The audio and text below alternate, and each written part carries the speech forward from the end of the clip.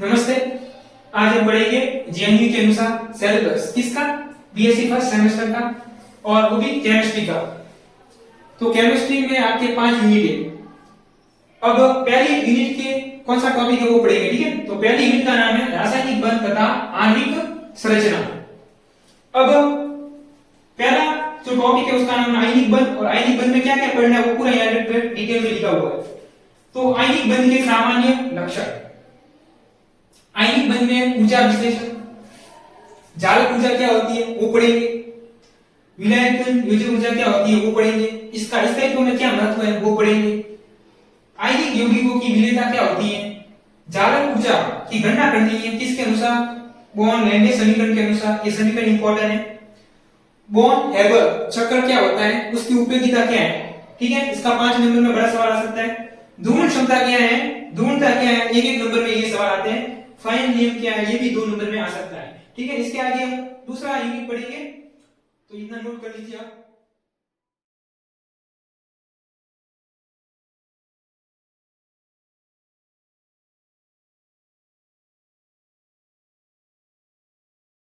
ठीक है, आपने नोट कर लिया होगा।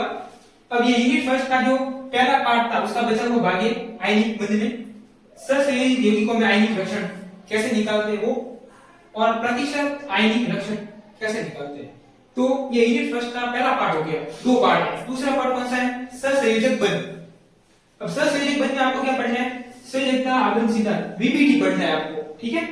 फिर बीएसईपीआर के अनुसार यौगिकों तथा आयनों की आकृति, कि वो रेखीय है कि चतुष्फलकीय है वो। उसके बाद संकरण पढ़ना है आपने, sp sp2 sp3 पढ़ा होगा आपने। उदाहरण कौन कौन से वो बताने हैं आपको। अनुनाद क्या होता है, बहुत ही इंपॉर्टेंट है। अनुनादी संरचना भी बनानी है आपको, कौन कौन से की, कार्बनिक की और अकार्बनिक यौगिकों की। तो ये यूनिट फर्स्ट का डिटेल सिलेबस है, ठीक है। यूनिट फर्स्ट का तो हमने पढ़ लिया क्या क्या सिलेबस था। अब यूनिट सेकंड का सिलेबस पढ़ेंगे। यूनिट सेकंड का नाम है आणविक कक्षक सिद्धांत, ठीक है। आणविक कक्षक सिद्धांत में आपको क्या क्या पढ़ना है, कौन कौन सा टॉपिक पढ़ने वो सब यहाँ पे लिखेंगे। पूरी की पूरी यूनिट सेकंड है, इसके बाद कुछ नहीं है। पहले है LCAO विधि के लिए नियम, ठीक है। ये विधि आपने 12th में थोड़ा बहुत पढ़ा होगा, उसका नियम यहाँ पे एक्स्ट्रा है। आबंधी तथा प्रति आबंधी आणविक कक्षक क्या होते हैं, बॉन्डिंग और एंटी बॉन्डिंग, तथा उसके लक्षण SS, SP और PP। SS यानी SS कक्षक में, SP कक्षक में और PP कक्षक में संयोजन कैसे होता है, परमाणु कक्षों का संयोजन।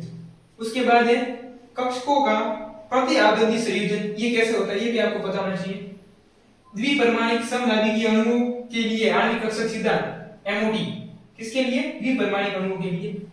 अब इसमें फर्स्ट और सेकंड आवर्त के लिए टोटल 7 आवर्त होते हैं, आपको पता होगा, आवर्त सारणी पड़ी होगी तो कि, लेकिन कौन कौन से तत्वों के लिए पढ़नी है, फर्स्ट और सेकंड आवर्त के तत्वों के लिए। उसके बाद विषम नाभिकीय अणु, विषम नाभिकीय अणु का मतलब होता है जिसमें जो 2 परमाणु होते हैं दोनों अलग अलग होते हैं, जैसे एक कार्बन है, एक ऑक्सीजन है, एक नाइट्रोजन है, एक ऑक्सीजन है। इनमें आपको MOT कैसे होती है वो पता लगाना है। फिर VBT तथा MOT का तुलनात्मक अध्ययन करना है कि इसकी तुलना में ये डिफरेंस कैसे है।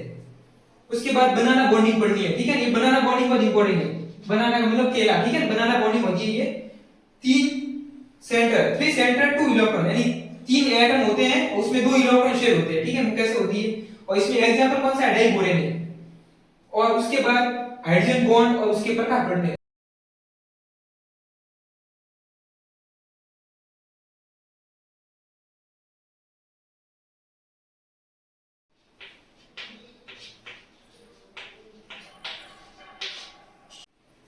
यूनिट सेकंड आपने नोट कर ली होगी। ये यूनिट थर्ड है, इसमें 3 टॉपिक है।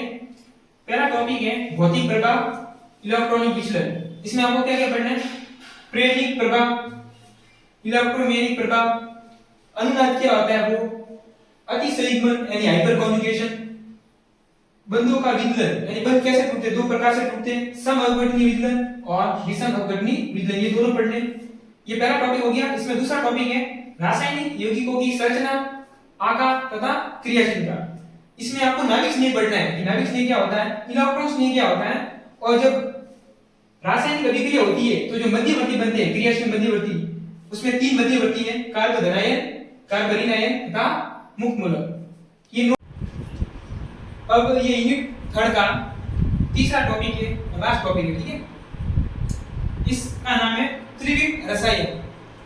इसमें आपको स्वरूपन पढ़ना है। स्वरूपन किस किस में? एथेन में, ब्यूटेन में तथा साइक्लोहेक्सेन में। ठीक है, वे सूत्र न्यूमैन, सोहास तथा फिशर सूत्र में अंतर परिवर्तन यानी एक दूसरे में कैसे कन्वर्ट होते हैं वो वाला।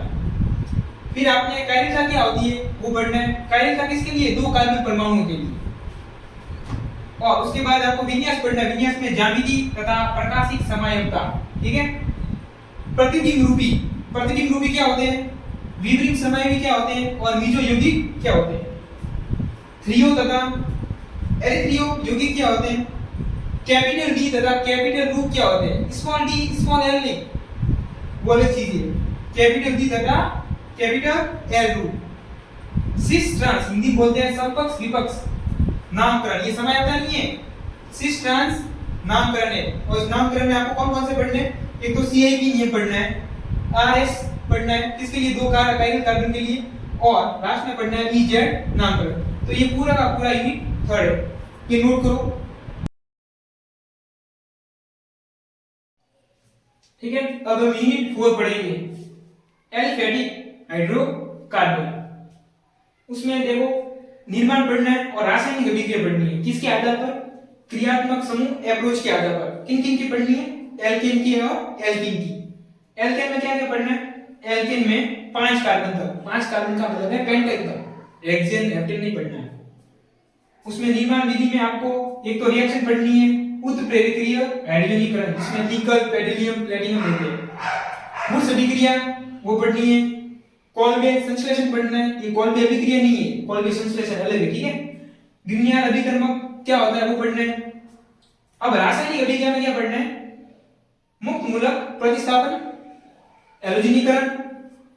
ठीक है, उसके बाद एल्कीन पढ़ना है। एल्कीन की कितने? 5 कार्बन तक। निर्माण विधि में विलोपन, और विलोपन में कौन कौन से पढ़ना है? एल्कोहल का भी हाइड्रोजनीकरण तथा एल्किल हैलाइड का वी हाइड्रो हैलोजनीकरण। उसमें सेल्सियस नियम क्या होता है वो पढ़ना है।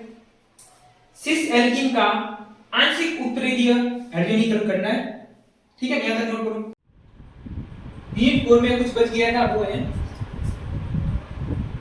ट्रांस एल्कीन, उसमें आपको पढ़ना है बीच अपचयन। अब रासायनिक अभिक्रिया, रासायनिक अभिक्रिया में आपको पढ़ना है सिस योग, और सिस योग किसकी उपस्थिति में होगा?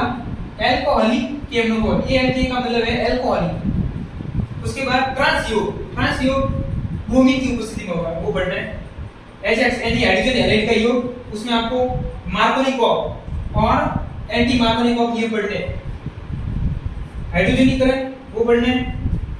ओजोनोलाइसिस यानी ओजोनीकरण। ठीक है, ऑक्सीमर्करीकरण, विमर्करीकरण ये रिएक्शन पढ़नी है। हाइड्रोबोरेशन, ऑक्सीकरण ये रिएक्शन पढ़नी है। ठीक है, ये पूरा यूनिट 4 हो गया पूरा। अब लास्ट यूनिट, यूनिट 5 क्या नाम है? गैसीय अवस्था। अब आदर्श व्यवहार से विचलन, आदर्श गैस कैसे विचलित होती है वो पढ़ना है। वान डेर वाल्स समीकरण क्या होता है वो पढ़ना है। क्रांतिक अवस्था, उसमें क्या क्या पढ़ना है? आदर्श गैस का पी की समताप क्या होता है वो पढ़ना है। गतिशील अवस्था के लिए क्रांतिक अवस्था क्या होती है वो पढ़ना है। क्रांतिक स्थिरांक तथा वान डेर वाल्स स्थिरांक में संबंध क्या होता है वो पढ़ना है। अवस्था संबंधित नियम, अभाषित अवस्था समीकरण ये पढ़ना है। अब आणविक वेग पढ़ना है, कौन कौन से? वर्ग माध्य मूल मान पढ़ना है। औसत तथा अधिकतम संभाव्य वेग पढ़ना है। और आपके लिखा हुआ बिना व्युत्पत्ति यानी डेरिवेशन ये पढ़ना है आपको। आणविक वेगों के लिए मैक्सवेल का गुणात्मक अध्ययन पढ़ना है। ठीक है, इसके आगे थोड़ा है वो पढ़, ये नोट कर लो तब तक। इसके जो आगे बचा हुआ भाग है वो है संगठीय संख्या क्या होती है, मुक्त माध्य पद क्या होता है, संगठीय प्राचल क्या होती है, गैसों का द्रवीकरण, इसमें सबसे इंपॉर्टेंट है जूल थॉमसन प्रभाव, और इसके क्वेश्चन भी आते हैं। ठीक है, तो ये आपके पूरी 5 यूनिट हो गई सिलेबस में। इसके आगे हम ये पूरा सिलेबस भी पढ़ाएंगे। ठीक है।